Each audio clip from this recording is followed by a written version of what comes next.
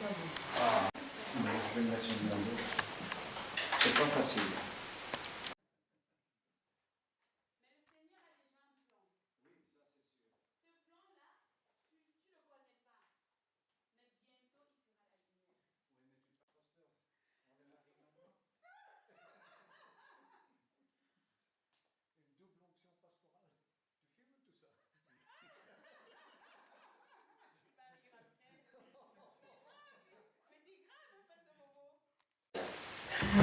Bonjour pasteur. Comment ça va? Très bien. Les vacances, c'est fini? Oui, les vacances ont été merveilleuses parce que j'ai pu me rendre au Portugal avec ma famille, mon épouse bien sûr, mes enfants, beaux-enfants, petits-enfants. Nous étions plus de 20 dans un endroit privilégié avec une grande piscine, donc j'ai pu avoir de véritables vacances que je n'avais plus depuis longtemps. Merci Seigneur, Dieu est amour, il est formidable, m'a donné du repos et a pu, au travers de mes petits-enfants, donner beaucoup de joie. Et la 6e réforme de l'État belge, ça aura une implication par rapport aux églises, vous qui êtes l'apôtre? Mais sur la 6e réforme, je n'y crois pas beaucoup parce que les discussions sont un peu bloquées actuellement, mais je n'aime pas trop parler de politique à la caméra parce que parfois on interprète mal mes propos. Je suis connu pour être très direct et dire ce que je pense, ne pas avoir la langue de bois, alors c'est un peu compliqué. Dans le cadre politique, je préfère me réserver dans le cadre religieux. Ce que je peux dire en tout cas, c'est que sur la table se trouvent différentes propositions, différentes réformes, et je ne pense pas que ça va aller à notre avantage. Mais je vais en rester là pour ce qui concerne le politique. Donc, Annette se prépare au niveau du synode fédéral, vous préparez pour défendre l'intérêt de l'Église. Alors là, nous avons sur la table beaucoup de dossiers. En tout cas, moi j'en ai, j'ai beaucoup de propositions à faire. Nous sommes en pleine bagarre actuellement concernant la situation de différentes demandes d'homosexuels d'intégrer les cours de religion protestante en tant que professeurs.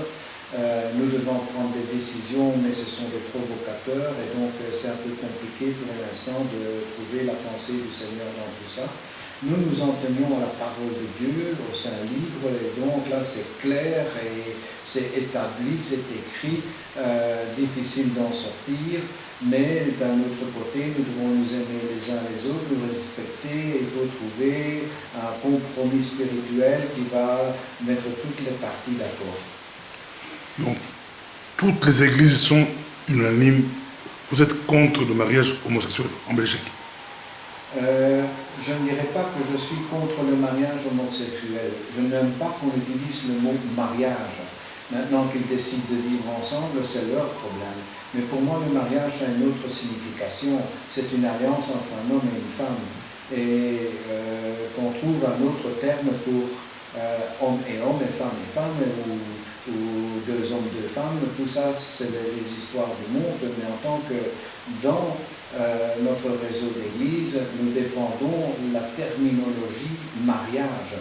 Et donc là, c'est une alliance entre un homme et une femme, ce sont des promesses qui sont données, et c'est clair que l'humanité a commencé avec un homme et une femme. L'Europe est en mutation, ou le monde, ça perturbe beaucoup de jeunes. Vous comme apôtre, quel message vous pouvez vous donner aux jeunes chrétiens à travers le monde, aux jeunes universitaires chrétiens, par rapport à ce sujet? Mais je vois quand même qu'il y a un espèce de réveil qui commence. On sent que les jeunes ont un peu testé de beaucoup de choses aujourd'hui et qu'ils sont bousculés dans des plaisirs qui ne leur apportent pas le bonheur. C'est éphémère, ça dure un instant, il y a beaucoup de relations qui sont brisées, cassées, les jeunes sont déçus, et dans les mouvements des églises parmi la jeunesse, on trouve des jeunes qui veulent autre chose, qui veulent goûter à autre chose. Et c'est là qu'on peut leur donner d'abord des balistes, des frontières claires, de ce que la morale nous demande. Et la Bible est très claire que nous avons besoin d'un mode d'emploi et qu'il est bon de suivre celui-ci. Ça rassure les jeunes, ça les stabilise, ça leur donne un autre type de fonctionnement. Et donc ces jeunes sont prêts à écouter autre chose maintenant. De rebelles qu'ils étaient, ils veulent maintenant se mettre sur quelque chose. Bien sûr, le danger, c'est qu'il y a tellement d'autres propositions religieuses aujourd'hui. On en voit qui s'en vont en Syrie combattre, mais combattre qui? Combattre quoi? On voit que ce sont des jeunes qui sont un peu perdus dans la nature. Il est temps que dans mon pays, on retrouve ces valeurs judéo-chrétiennes. On les réinstalle dans nos écoles. On leur apprend à nouveau le respect de l'être humain. Oh, il y a tellement de travail dans ce domaine, il y a tellement de besoins dans ce domaine qu'il faut se réengager à promouvoir ces choses parmi la jeunesse. Et bien sûr, l'instruction est un élément essentiel, c'est pourquoi nous défendons tellement les cours de religion. C'est pourquoi nous voulons remettre à niveau les mouvements de jeunesse et leur donner à nouveau les morales qui étaient les nôtres. Moi, j'ai grandi dans ces morales et j'en suis tellement content aujourd'hui. Les pasteurs vous regardent, vous écoutent, vous êtes responsable, apôtre. Quel message l'Europe d'aujourd'hui a besoin? L'Europe d'aujourd'hui a besoin. Quel message? Parce que nous sommes en Europe, à Bruxelles, capitale de l'Europe. Quel message? Où l'Occident, si on peut... Mais elle va d'abord retrouver ses fondements, ses racines. Il faut qu'elle puisse retrouver son identité. Et c'est là le grand combat, parce que nous sommes bien sûr une Europe unie, entre guillemets, mais réunie autour de quoi? Et au départ, c'était autour de valeurs judéo-chrétiennes. Aujourd'hui, c'est des valeurs financières, commerciales et autres. Et c'est là, moi, je plaide pour que les valeurs judéo-chrétiennes reviennent dans notre culture, reviennent dans notre société. Et que ce soit à nouveau ces valeurs-là qui unissent nos pays. Alors on verra des changements s'opérer. Merci beaucoup. D'ici décembre, qu'est-ce qui est prévu d'ici décembre? Parce que septembre, bientôt c'est la reprise. Qu'est-ce qui est prévu comme activité au niveau de Anet ou au niveau des églises ici en Belgique? Alors au niveau de Anet, j'espère que d'ici décembre, j'aurai donné le bâton à mon remplaçant et que celui-ci puisse prendre Anet en main l'année plus loin. Moi j'ai atteint l'âge raisonnable de 70 ans. Et il faut maintenant que je passe le bâton. Donc ça c'est mon projet le plus urgent ou le plus chaud, je dirais, trouver mon remplaçant.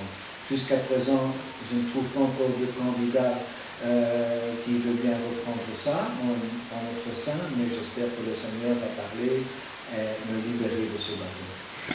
Le roi a abdiqué, le pape aussi, donc c'est aussi possible de voir un apôtre abandonné. Absolument. Absolument. Abandonner, non. Non, pas abandonner, pasteur auteur, non. Mais en tout cas, abdiquer ou transmettre. Moi, je vois ça plutôt comme une transmission. Permettre à quelqu'un, un jeune, de reprendre le flambeau et l'amener plus loin.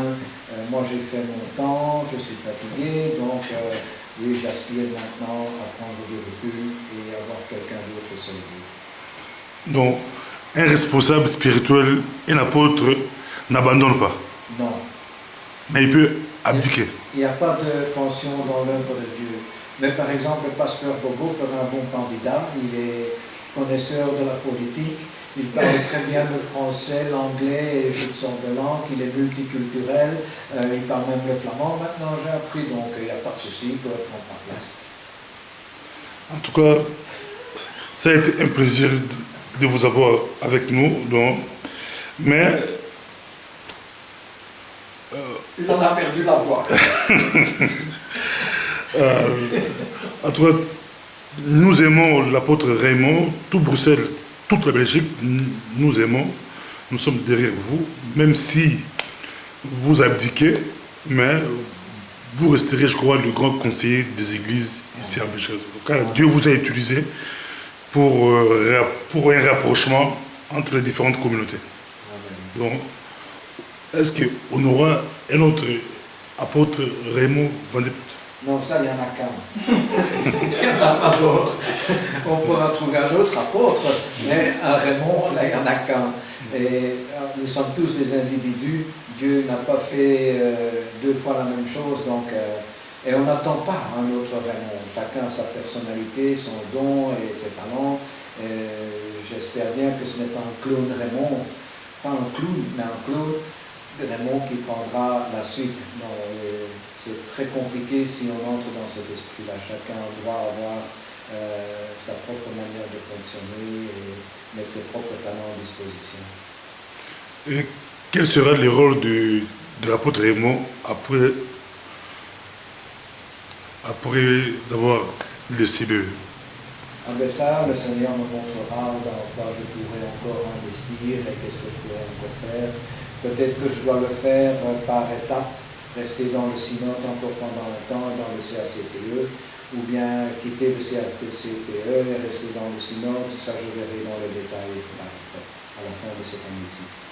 Un petit mot de la fin pour Israël. Est-ce qu'on peut réconforter Israël?